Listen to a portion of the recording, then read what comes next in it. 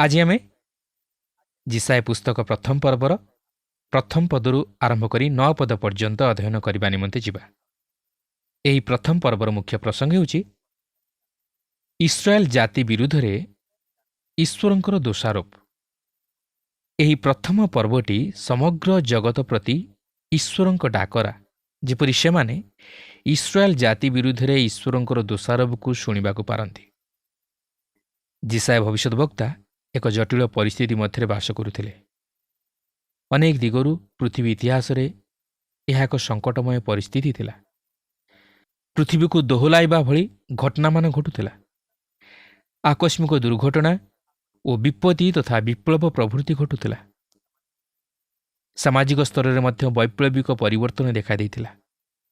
उत्तर दिगरे एक नूतन जातिर उद्रेक होइतिला और यह समग्र जगत उपरे प्रभाव विस्तार करबाकू जाउथिला। असुरीय थिला सबुठारु निष्ठुर जाति जहाँकि युद्ध क्षेत्र निमंते तार सैन्य श्रेणी को सज्जित करुथिला और समग्र जगत को अधिकार करबा निमंते जाउथिला। असुरीय मानक देश को इस्राएल रो उत्तर राज्य निर्वासित होई सारिथिला। जिहुदार दक्षिण राज्य एक अनिश्चित स्थिति रे रहिथिला और असुरीय मानक सैन्य श्रेणी जेरुसालेम प्राचीरर बाहरे अति शक्तिशाली होई उठिथिले। एही प्रकार एक आशाशून्य और भयंकर तथा जटिल परिस्थिति रे हिजकीय मंदिर मध्य प्रवेश करी प्रार्थनार सहित ईश्वरंक प्रति फेरिले। ईश्वर ताहांकर भविष्यत वक्तांक मुख देई उत्साहजनक वाक्य प्रेरण कले। से आश्वासना देई कहिले, असुरीय केबे हेले जिहुदा को अधिकार करी नहीं पारिबो नाही। असुरर सैन्य श्रेणी जेरुसालेमर रास्तारे सेमानकर पाद पकाई पारिबे नाही और सेमाने महान राजांकर नगरर कौनसी द्वारर एरुंडी की अतिक्रम करी प्रवेश करि पारिबे नाही। मात्र ईश्वर आउ एक जाति को प्रस्तुत करुथिले जिहुदा विरुद्ध रे जाई ताहाको हस्तगत करबा निमंते, जदि सेमाने ईश्वरक निकट को न फेरंती। आउ सही गोष्ठी थिला बाबिलोन। ईश्वर जिहुदा को आउ एक सुजोग देइथिले। ताहांक हेतु न्याय विचार प्रतिष्ठा करबा निमंते से ताहाको विचारालय मध्य को डाकिले। से ताहाको ताहांक न्याय विचारर सम्मुखरे छिड़ा कराइले। से ताहाको सही दोषारोपर उत्तर देबा निमंते सुजोग देले और ताहांकर राय को शुणिबा निमंते और ताहांकर दया सिंहासन निकटरे निजको समर्पण करबा निमंते सुजोग देले। से वास्तव में न्याय विचारकर्ता।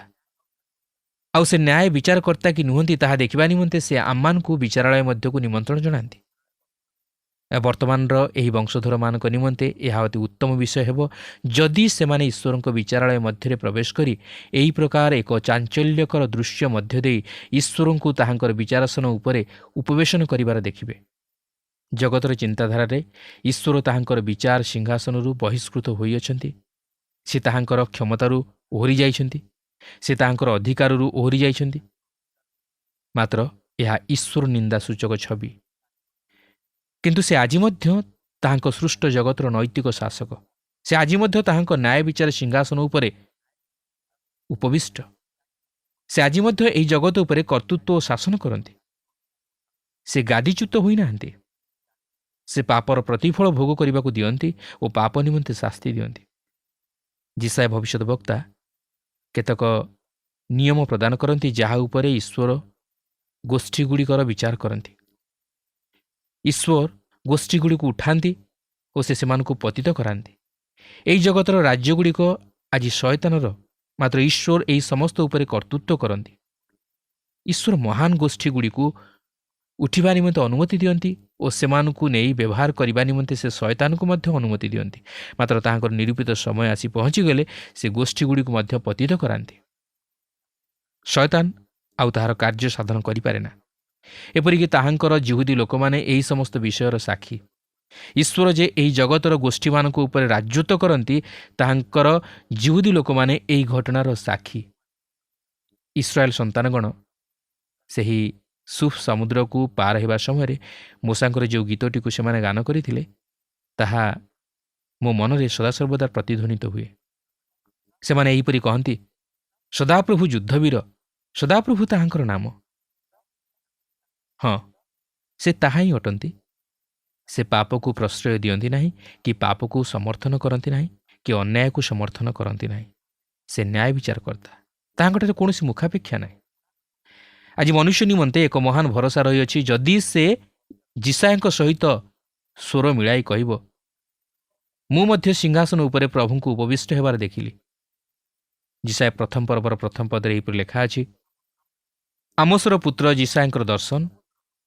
ସେ ଜିହୁଦା ରାଜଗଣ ଉସିୟ, ଯୋଥମ, ଆହସ ଓ ହିଜକିୟର ଅଧିକାର ସମୟରେ ଜିହୁଦା ଓ ଜେରୁସାଲେମ ବିଷୟରେ ଏହି ଦର୍ଶନ ପାଇଲେ। ଦେଖନ୍ତୁ, ପ୍ରଥମତଃ ଲକ୍ଷ୍ୟ କରନ୍ତୁ, ଜିହୁଦା ଓ ଜେରୁସାଲେମ ବିଷୟ ନେଇ ଏହା ଏକ ଦର୍ଶନ। ଲେଖା ଅଛି, ଜିହୁଦା ରାଜଗଣ ଉସିୟ, ଯୋଥମ, ଆହସ ଓ ହିଜକିୟର ଅଧିକାର ସମୟରେ ସେ ଏହି ଦର୍ଶନ ପାଇଲେ। ଉସିୟ ଜିହୁଦାର 10ମ ରାଜା ଥିଲେ ଓ ସେ କୁଷ୍ଠ ରୋଗରେ ଆକ୍ରାନ୍ତ ହେଲେ, କାରଣ ସେ ପବିତ୍ର ସ୍ଥାନ ମଧ୍ୟକୁ ଅବାଧରେ ପ୍ରବେଶ କଲେ, ଯାହାକି ଜଣେ ରାଜା ଏପରି କରିବା ନିମନ୍ତେ ଅନୁମତି ପ୍ରାପ୍ତ ହୋଇନଥିଲେ। କିନ୍ତୁ ସେ ଯାହା ହେଉନା କାହିଁକି, ଉସିୟ ଉତ୍ତମ ରାଜା ରୂପେ ଗଣିତ ହୋଇଥିଲେ। ଯୋଥମ ଯିଏକି ତାହାଙ୍କର ପୁତ୍ର ଥିଲେ, ସେ ମଧ୍ୟ ତାହାଙ୍କର ପିତାଙ୍କର ଆଦର୍ଶକୁ ଅନୁକରଣ କଲେ ଓ ସେ ମଧ୍ୟ ଜଣେ ଉତ୍ତମ ରାଜା ଥିଲେ। ମାତ୍ର ଆହସ ଯିଏକି ଉସିୟଙ୍କର ନାତି ଥିଲେ, ସେ ଜଣେ ଦୁଷ୍ଟ ରାଜା ଥିଲେ। ଶେଷରେ ହିଜକିୟ ଯିଏକି ଶେଷ ରାଜା ଥିଲେ, ସେ ଜଣେ ଉତ୍ତମ ରାଜା ଥିଲେ। ସେ ଜଣେ ରାଜା ଥିଲେ ଯିଏକି ଦୀର୍ଘଜୀବୀ ହେବା ନିମନ୍ତେ ବା ଅଧିକ ଦିନ ବଞ୍ଚି ରହିବା ନିମନ୍ତେ ଈଶ୍ୱରଙ୍କ ନିକଟରେ ପ୍ରାର୍ଥନା କରିଥିଲେ ଓ ଈଶ୍ୱର ମଧ୍ୟ ତାହାଙ୍କର ପ୍ରାର୍ଥନାର ଉତ୍ତର ପ୍ରଦାନ କଲେ। କିନ୍ତୁ ଏପରି ପ୍ରାର୍ଥନା କରିବା ସମ୍ଭବତଃ ହିଜକିୟଙ୍କ ପକ୍ଷରେ ଉପଯୁକ୍ତ ନଥିଲା, କାରଣ ତାହାଙ୍କ ଜୀବନର ଶେଷାବସ୍ଥାରେ ଅନେକ ମନ୍ଦ ବିଷୟ ସବୁ ଘଟିଥିଲା, ଯାହାକି ପ୍ରକୃତରେ ତାହାଙ୍କ ରାଜ୍ୟ ନିମନ୍ତେ ବିଶେଷ କ୍ଷତିକାରକ ଥିଲା। ତେବେ ଏହିପରି ରାଜାମାନଙ୍କର ଅଧିକାର ସମୟରେ ଯିଶାୟ ଭବିଷ୍ୟତ ବକ୍ତା ଜିହୁଦା ଓ ଜେରୁସାଲେମ ବିଷୟରେ ଦର୍ଶନ ପାଇଥିଲେ। କାରଣ ଇସ୍ରାଏଲ ରାଜ୍ୟକୁ ଦୁଇଟି ଭାଗରେ ବିଭକ୍ତ କରାଯାଇଥିଲା। ଗୋଟିଏ ଥିଲା ଜିହୁଦା ରାଜ୍ୟ, ଯାହାକି ଦକ୍ଷିଣ ରାଜ୍ୟ, ଓ ଆଉ ଗୋଟିଏ ଥିଲା ଇସ୍ରାଏଲ, ଯାହାକି ଉତ୍ତର ରାଜ୍ୟ। ପ୍ରଥମ ପର୍ବର 2 ପଦରେ ଏହିପରି ଲେଖା ଅଛି, ହେ ଆକାଶମଣ୍ଡଳ ଶୁଣ, ହେ ପୃଥିବୀ କର୍ଣ୍ଣପାତ କର, କାରଣ ସଦାପ୍ରଭୁ କହିଅଛନ୍ତି, ଆମ୍ଭେ ସନ୍ତାନଗଣକୁ ପ୍ରତିପାଳନ ଓ ଭରଣ ପୋଷଣ କରିଅଛୁ, ମାତ୍ର ସେମାନେ ଆମ୍ଭର ବିଦ୍ରୋହାଚରଣ କରିଅଛନ୍ତି। ଈଶ୍ୱର ଏହି ଭାବବାଣୀ ଅତି ଚମତ୍କାର ଭାବେ ଆରମ୍ଭ କରନ୍ତି। ଏହା ହେଉଛି ଜିହୁଦା ବିରୁଦ୍ଧରେ ଈଶ୍ୱରଙ୍କର ସାଧାରଣ ବିଚାର। ସେ ଏହାକୁ ଗୁପ୍ତ ରଖିବାକୁ ଚାହାନ୍ତି ନାହିଁ କିମ୍ବା ଅନ୍ଧକାର ମଧ୍ୟରେ କରିବାକୁ ଚାହାନ୍ତି ନାହିଁ। ସେ ସମଗ୍ର ଜଗତକୁ ଏହା ଜଣାଇ ଦେବାକୁ ଚାହାନ୍ତି ଯେ ସେ ଜିହୁଦା ପ୍ରତି କ'ଣ ଘଟାଇବାକୁ ଯାଉଅଛନ୍ତି ଓ ଜିହୁଦା ତାହାଙ୍କ ପ୍ରତି କ'ଣ କରିଅଛି।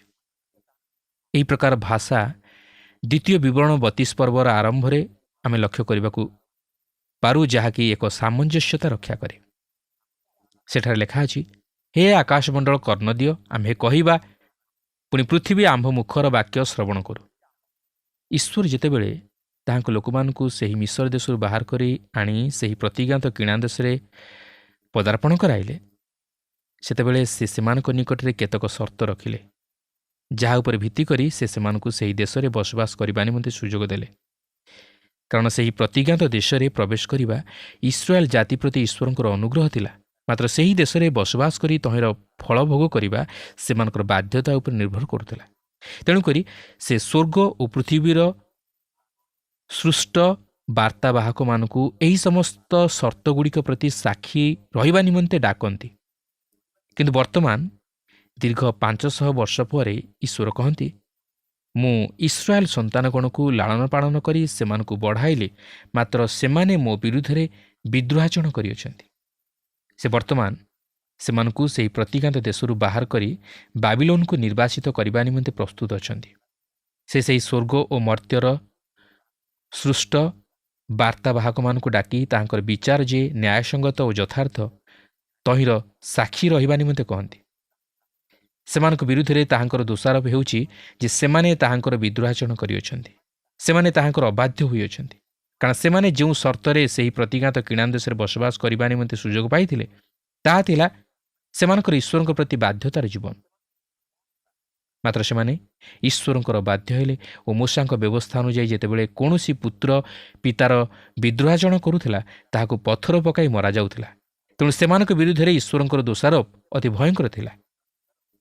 ତାହାଙ୍କର ସନ୍ତାନ ସ୍ୱରୂପେ ସେମାନେ ଏହିପରି ଭାବେ ମୋଶାଙ୍କ ବ୍ୟବସ୍ଥାକୁ ଲଙ୍ଘନ କଲେ ଓ ମୋଶାଙ୍କ ବ୍ୟବସ୍ଥା ବିରୁଦ୍ଧରେ ବିଦ୍ରୋହାଚରଣ କଲେ। तृतीय विवरण पुस्तक 21 पर्वर 18-21 पद मध्य एहीपरि दुष्ट तथा अबाध्य पुत्र विषय दिया व्यवस्था प्रति टिके लक्ष्य करंतु। सेठारे लेखा अछि, जेबे काहारी पुत्र अबाध्य और विरोधी हुए आपणा पितार कथा कि आपणा मातार कथा न माने पुणी सेमाने ताहाकु शासन कले हें सेमानक कथा न शुणे, तेबे ताहार पिता और माता ताहाकु धरी ताहार नगरस्थ प्राचीन मानक निकटकू ताहार नगर द्वार को नहीं जिवे। पुणी सेमाने ताहार नगरस्थ प्राचीन मानक कहिबे, आम्मानकर एही पुत्र अबाध्य और विरोधी, से आम्मानक कथा माने नाही, से लोचा और मदुआ। तहिरे ताहार नगरस्थ समस्त पुरुष ताहाकु पत्थर पकाई बध करिवे। एही रूपे तुम्हें आपणा मध्यरु दुष्टता दूर करिवो। तहिरे समुदाय इस्राएल शुणिवे और भय करिवे। मात्र आमे मने रखिबा उचित जे ईश्वर केवल न्यायवान विचारकर्ता नुहंती, से मध्य अनुग्रहकारी ईश्वर। मात्र जणे पुत्रर अबाध्यता बा विद्रोहिता हेउची भयंकर विषय। नूतन नियम रे सही अपवयी पुत्रर दृष्टांतरे आमे देखुचे वास्तव में व्यवस्था अनुଯାयी सही पुत्र पत्थर पकाई मराजिबा निमंते उचित थिला। मात्र से जितेबेले अनुताप करी पिताଙ୍କ निकटକୁ फेरी आसिला, सेतेबेले पिता ताहाकु मृत्युदंड देवा परिवर्ते ताहाकु कोळाई नेले, आलिंगन करी चुम्बन देले और ताहा निमंते उत्सवर आयोजन कले। व्यवस्था जहाँ साधन करि पारला नाही, ईश्वरଙ୍କ अनुग्रह ताहा साधन कला। वास्तव में ईश्वर जदिओ न्यायवान ईश्वर, मात्र से मध्य अनुग्रहकारी तथा दयालु ईश्वर। ताहांकर दया तथा अनुग्रह हेतु पापी तथा अधार्मिक मनुष्य आज यही जगत रे बंची रहिबार और पापुर उद्धार पाइबार सुजोग पाइअछि। प्रथम पर्वर 3 पदरे लेखा अछि, गोरु आपणा खाउंदकु और गर्धव आपणा कर्तार कुंडकु चिन्हे, मात्र इस्राएल जाने नाही, आंभर लोक माने विवेचना करती नाही। एठारे एही जो दुई प्रकारर पशु को दृष्टांत स्वरूप व्यवहार करा जायछि, एमाने सेते दूर चतुर प्राणी बोली देखा जाती नाही कि सेमानकर कोनोसी ख्याति बा मर्यादा नाही। पशुमानक मध्यरे सेमाने अति बोका नीच धरणर प्राणी, तथापि सेमाने निजर मुनिबकु चिन्हନ୍ତି और सेमानकु किए आहार जोगाए ताहा मध्य जानନ୍ତି। सेमाने निज मुनिबर बसता स्वीकार करते, किंतु दुखर विषय आज अनेक लोक जानते नहीं जे ईश्वर सेमानकर समस्त आवश्यकता पूर्ण करते। सेमाने जानते नहीं जे ईश्वर सेमानकु आहार जोगाती और सेमानकर जत्न तत्व नियंती, सेमानक निमंते नित्य चिंता करते। जेपरिक सेदिन इस्राएल संतानगण ताहा पासुरी जाइथिले। ईश्वर जे अछंती यह आज मध्य अनेक जानती नहीं बा जानिबा निमंते चेष्टा करती नहीं। सेमाने ईश्वर विहीन जीवन यापन करती, सेमाने ईश्वर को लोड़ती नहीं। एठारे जणे छोट बालकर कहानी मन पड़े, जे कि एक ख्रीष्ट विश्वासी परिवार मध्य लालित पालित होइतिला। दिने से ताहार पाख पड़िशा घर को निमंत्रित होइतिला ओ ताहा मध्य प्रथम थर पाए। किंतु एथि पूर्वरु से केबेले सेही परिवार मध्यरु बाहर जाई अन्यमानक सहित बा ताहार बंधुमानक सहित बसी भोजन करिवार सुजोग पाइ नथिला। तेबे सेही निमंत्रण अनुଯାयी से संध्या 5टा समय प्रस्तुत होई सेही गृह को गला। जेतेबेले सेमाने भोजन करिबा निमंते बसिले, सेतेबेले एही बालक जे कि भोजन करिबा पूर्वरु प्रभु को धन्यवाद देवार परिवेश मध्यरे बढ़िथिला ओ ताहा सुनिबारे अभ्यस्त थिला, से तार मस्तक नुआई आखि बंद कला। मात्र से जो गृह को भोजन करने निमंते निमंत्रित होइतिला, सेही गृह ख्रीष्ट विश्वासी गृह नथिला और सेमाने संगे संगे भोजन करने को आरंभ करदेले। मात्र यही पुओटी जेपरी तहिरु वंचित न हुए से निमंते से ताहार आखि खोली चारिआड़ को चाहिला। छोट पुओटी यही समस्त विषय को देखि टिके विव्रत हो गला और मनरे किछि द्विधा भाव न रखी से प्रश्न कला, तुमे माने कौन भोजन करने पूर्व प्रभु को धन्यवाद दियो नहीं कि? यापर से निमंत्रणकारी टिके लज्जाबोध कले, मात्र सेमाने जे धन्यवाद दियंती नहीं ताहा स्वीकार कले। ठीक सेहीपरि आज अनेक लोक अछंती जो माने कि प्रभुଙ୍କ ठारू समस्त मंगलदान पाइले मध्य ताहांकर धन्यवाद करते नहीं, मात्र नीरव रही जाते। ସେମାନେ ପଶୁଠାରୁ ମଧ୍ୟ ଆହୁରି ହୀନ ହୋଇଯାଆନ୍ତି। ତେଣୁକରି ଈଶ୍ୱର ଏଠାରେ କହିବାକୁ ଚାହାନ୍ତି ଯେ ତାହାଙ୍କର ସନ୍ତାନମାନେ ତାହାଙ୍କଠାରୁ ସମସ୍ତ ବିଷୟ ପାଇଲେ ମଧ୍ୟ ଓ ତାହାଙ୍କର ସମସ୍ତ ମଙ୍ଗଳଦାନ ସବୁ ଉପଭୋଗ କଲେ ମଧ୍ୟ ସେମାନେ ତାହାଙ୍କୁ ଭୁଲି ପଶୁଠାରୁ ମଧ୍ୟ ହୀନ ହୋଇଯାଆନ୍ତି। ସେ କହନ୍ତି, ଗୋରୁ ଆପଣା ଖାଉନ୍ଦକୁ ଓ ଗର୍ଦ୍ଧବ ଆପଣା କର୍ତ୍ତାର କୁଣ୍ଡକୁ ଚିହ୍ନହି, ମାତ୍ର ଇସ୍ରାଏଲ ଜାଣେ ନାହିଁ, ଆମ୍ଭର ଲୋକମାନେ ବିବେଚନା କରନ୍ତି ନାହିଁ। ଅନ୍ୟ ଅର୍ଥରେ କହିବାକୁ ଗଲେ ସେମାନେ ପଶୁଠାରୁ ମଧ୍ୟ ହୀନ ହୋଇଯାଇଛନ୍ତି। ମୂର୍ଖ ପଶୁ ତାହାର କର୍ତ୍ତାକୁ ଚିହ୍ନେ, ମାତ୍ର ଇସ୍ରାଏଲ ତାହାର କର୍ତ୍ତାଙ୍କୁ ଚିହ୍ନେ ନାହିଁ କି ତାହାଙ୍କର ବଶୀଭୂତ ହୁଏ ନାହିଁ। ସେ ଆହୁରି କହନ୍ତି, ଯାହାକି ପ୍ରଥମ ପର୍ବର 4 ପଦରେ ଲେଖା ଅଛି, ଆହା ପାପିଷ୍ଟ ଗୋଷ୍ଠୀ, ଅଧର୍ମରେ ଭାରଗ୍ରସ୍ତ ଲୋକେ, ଦୁଷ୍କର୍ମକାରୀମାନଙ୍କ ବଂଶ, ଭ୍ରଷ୍ଟାଚାରୀ ସନ୍ତାନଗଣ, ସେମାନେ ସଦାପ୍ରଭୁଙ୍କୁ ପରିତ୍ୟାଗ କରିଅଛନ୍ତି। ସେମାନେ ଇସ୍ରାଏଲର ଧର୍ମସ୍ୱରୂପଙ୍କୁ ଅବଜ୍ଞା କରିଅଛନ୍ତି। ସେମାନେ ବିମୁଖ ହୋଇ ପଛକୁ ଚାଲିଯାଇଅଛନ୍ତି। ଏହି ଅଂଶରେ ଇସ୍ରାଏଲ ଅଧର୍ମରେ ଭାରଗ୍ରସ୍ତ ଲୋକ ବୋଲି ବର୍ଣ୍ଣିତ ହୋଇଅଛି। ଏହି ବିଷୟଟି ବ୍ୟକ୍ତିଗତ ଆହ୍ୱାନ ଉପରେ ଆଲୋକପାତ କରେ, ଯାହାକି ପ୍ରଭୁ ଯୀଶୁଖ୍ରୀଷ୍ଟ ନୂତନ ନିୟମରେ ପ୍ରଦାନ କରିଅଛନ୍ତି। ମାଥ୍ୟୁ 11 ପର୍ବର 28 ପଦରେ ଲେଖା ଅଛି, ହେ ପରିଶ୍ରାନ୍ତ ଓ ଭାରଗ୍ରସ୍ତ ଲୋକ ସମସ୍ତେ, ମୋ ନିକଟକୁ ଆସ, ମୁଁ ତୁମମାନଙ୍କୁ ବିଶ୍ରାମ ଦେବି। ବର୍ତ୍ତମାନ ଆମେ ଜାଣିବାକୁ ପାରୁଛୁ ଯେ ପ୍ରଭୁ ଯୀଶୁ ଏହି ଆହ୍ୱାନ ପାପରେ ଭାରାକ୍ରାନ୍ତ ବା ଅଧର୍ମରେ ଭାରାକ୍ରାନ୍ତ ଲୋକମାନଙ୍କୁ ପ୍ରଦାନ କରନ୍ତି। ଇସ୍ରାଏଲ ସନ୍ତାନଗଣ ପାପରେ ଭାରଗ୍ରସ୍ତ ଥିଲେ। ଆଜି ମଧ୍ୟ ପ୍ରଭୁ ଯୀଶୁଖ୍ରୀଷ୍ଟଙ୍କର ଏହି ନିମନ୍ତ୍ରଣ ପାପରେ ଭାରଗ୍ରସ୍ତ ଲୋକମାନଙ୍କ ପ୍ରତି, ଯେପରି ସେମାନେ ସେହି ବୋଝକୁ ପ୍ରଭୁ ଯୀଶୁଖ୍ରୀଷ୍ଟଙ୍କ କ୍ରୁଶ ନିକଟରେ ଥୋଇଦେଇ ବିଶ୍ରାମ ପାଆନ୍ତି, ଯାହାକି ଉଦ୍ଧାରର ବିଶ୍ରାମ। ଏଠାରେ ଆମେ ଈଶ୍ୱରଙ୍କୁ ସମଗ୍ର ଜଗତର ଓ ତାହାଙ୍କ ନିଜ ଲୋକମାନଙ୍କର ବିଚାରକର୍ତ୍ତା ଭାବେ ଲକ୍ଷ୍ୟ କରୁଅଛୁ। ଈଶ୍ୱର ଯେଉଁପରି ଭାବେ ତାହାଙ୍କର ନିଜ ଲୋକମାନଙ୍କର ବିଚାର କଲେ, ସେ ସେହିପରି ଏହି ଜଗତର ବିଚାର କରିବାକୁ ଯାଉଅଛନ୍ତି। ଏହି ପଦରେ ଈଶ୍ୱର ଇସ୍ରାଏଲ ସନ୍ତାନଗଣର ଅବସ୍ଥାକୁ ପ୍ରକାଶ କରନ୍ତି। ସେମାନେ ଈଶ୍ୱରଙ୍କୁ ପରିତ୍ୟାଗ କରି ପଛକୁ ଫେରିଯାଇଅଛନ୍ତି। ସେମାନେ ଈଶ୍ୱରଙ୍କଠାରୁ ଦୂରକୁ ଚାଲିଯାଇଅଛନ୍ତି ଓ ସେମାନେ ଅଧର୍ମରେ ଭାରଗ୍ରସ୍ତ ହୋଇଅଛନ୍ତି। ବର୍ତ୍ତମାନ ସେ ସେମାନଙ୍କ ବିରୁଦ୍ଧରେ ଯେଉଁ ଦୋଷାରୋପ ଆଣିଥିଲେ, ତହିଁର ଏକ ସବିଶେଷ ବିବରଣୀ ଏଠାରେ ପ୍ରଦାନ କରିବାକୁ ଯାଉଅଛନ୍ତି। ଏହି ବିଷୟ ଆମମାନଙ୍କୁ ସ୍ମରଣ କରାଇଦିଏ ଯେ ମାନବ ଗଠିତ ସରକାରର ଦାର୍ଶନିକ ଚିନ୍ତାଧାରା ଉପରେ ଈଶ୍ୱର ତାହାଙ୍କର ସାର୍ବଭୌମ କ୍ଷମତା ପ୍ରୟୋଗ କରିଥାନ୍ତି। କାରଣ ରାଜ୍ୟର ପତନ 3ଟି କାରଣରୁ ଘଟିଥାଏ। ସେଗୁଡ଼ିକ ହେଉଛି ଧାର୍ମିକ ସ୍ଖଳନ, ନୈତିକତାର ଅଧପତନ ଓ ରାଜନୈତିକ ବିଶୃଙ୍ଖଳା। କିନ୍ତୁ ଏହି ସମସ୍ତ କେବଳ ଗୋଟିଏ କାରଣରୁ ଘଟିଥାଏ, ଆଉ ତାହା ହେଉଛି ମନୁଷ୍ୟମାନେ ଯେତେବେଳେ ଆତ୍ମିକ ଜୀବନରେ ଧର୍ମତ୍ୟାଗୀ ବା ଈଶ୍ୱରବିହୀନ ଜୀବନଯାପନ କରନ୍ତି ଓ ଈଶ୍ୱରଙ୍କୁ ମାନନ୍ତି ନାହିଁ, ସେତେବେଳେ ଏହିପରି ଘଟିଥାଏ, ଯାହାକି ଆମେ ପବିତ୍ର ଧର୍ମଶାସ୍ତ୍ର ମଧ୍ୟରେ ବିଚାରକର୍ତ୍ତାଙ୍କ ପୁସ୍ତକଠାରୁ ଆରମ୍ଭ କରି ଏପର୍ଯ୍ୟନ୍ତ ଲକ୍ଷ୍ୟ କରି ଆସୁଅଛୁ, ଯାହାକି ଇସ୍ରାଏଲ ଜାତି ପ୍ରତି ଘଟିଥିଲା। ଆମେ ବିଚାରକର୍ତ୍ତା ପୁସ୍ତକରେ ମାନବ ଗଠିତ ସରକାର ମଧ୍ୟରେ ଲକ୍ଷ୍ୟ କରିଥିଲୁ ଯେ ଇସ୍ରାଏଲ ଈଶ୍ୱରଙ୍କର ସେବା କଲେ, ଆଶୀର୍ବାଦର ଅଧିକାରୀ ହେଲେ, ସମୃଦ୍ଧିଶାଳୀ ହେଲେ। ସେମାନଙ୍କର ସମୃଦ୍ଧି ନେଇ ଈଶ୍ୱରଙ୍କଠାରୁ ବିମୁଖ ହେଲେ ଓ ଶେଷରେ ସେମାନେ ପ୍ରତିମା ପୂଜା କଲେ। ସେମାନେ ଈଶ୍ୱରଙ୍କର ବିଦ୍ରୋହାଚରଣ କଲେ ଓ ପ୍ରକୃତରେ ସେମାନେ ଈଶ୍ୱରଙ୍କୁ ଭୁଲିଗଲେ। ଏହାପରେ ଈଶ୍ୱର ସେମାନଙ୍କୁ ଶତ୍ରୁ ହସ୍ତରେ ସମର୍ପଣ କଲେ। ଏହାପରେ ସେମାନେ ଶତ୍ରୁ ହସ୍ତରୁ ଉଦ୍ଧାର ପାଇବା ନିମନ୍ତେ ଈଶ୍ୱରଙ୍କ ନିକଟରେ କ୍ରନ୍ଦନ କଲେ। ଯେତେବେଳେ ସେମାନେ ଈଶ୍ୱରଙ୍କ ପ୍ରତି ଫେରିଲେ, ସେତେବେଳେ ଈଶ୍ୱର ସେମାନଙ୍କୁ ସେମାନଙ୍କର ଶତ୍ରୁମାନଙ୍କ ହସ୍ତରୁ ଉଦ୍ଧାର କରି ପୁନର୍ବାର ସେମାନଙ୍କୁ ଆଶୀର୍ବାଦର ସ୍ଥାନରେ ପ୍ରତିଷ୍ଠିତ କରାଇଲେ। ଏହିପରି ଭାବେ ସେମାନଙ୍କର ଐତିହାସିକ ଜୀବନଚକ୍ର ପବିତ୍ର ଧର୍ମଶାସ୍ତ୍ର ମଧ୍ୟରେ କ୍ରମାନ୍ୱୟରେ ଘୁରି ବୁଲିବାର ଆମେ ଲକ୍ଷ୍ୟ କରିବାକୁ ପାରୁ। ଇତିହାସ ମଧ୍ୟ ଏହି ଘଟଣାକୁ ସମର୍ଥନ କରେ ଯେ ଯେକୌଣସି ଗୋଷ୍ଠୀ ବା ରାଜ୍ୟର ପତନ 3ଟି କାରଣରୁ ଘଟିଥାଏ: ଧାର୍ମିକ ସ୍ଖଳନ, ନୈତିକ ଅଧପତନ ଓ ରାଜନୈତିକ ବିଶୃଙ୍ଖଳା। ମାତ୍ର ଏହିସବୁର ବ୍ୟତିକ୍ରମର ପଛରେ ଗୋଟିଏ କାରଣ ହେଉଛି ଆତ୍ମିକ ଜୀବନରେ ଧର୍ମଚ୍ୟୁତି ବା ଆତ୍ମିକ ଜୀବନର ପତନ।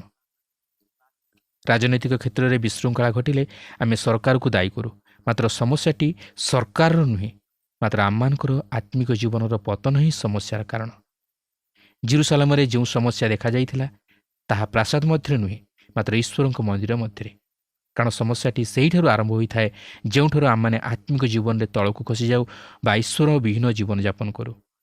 ଏହାପରେ 5 ଓ 6 ପଦରେ ଲେଖା ଅଛି, ତୁମେମାନେ ଅଧିକ ଅଧିକ ବିଦ୍ରୋହାଚରଣ କରିବା ପାଇଁ କାହିଁକି ଆହୁରି ପ୍ରହାରିତ ହେବ? ମସ୍ତକଯାକ ପୀଡ଼ିତ ଓ ସମୁଦାୟ ହୃଦୟ ଦୁର୍ବଳ ହୋଇଅଛି।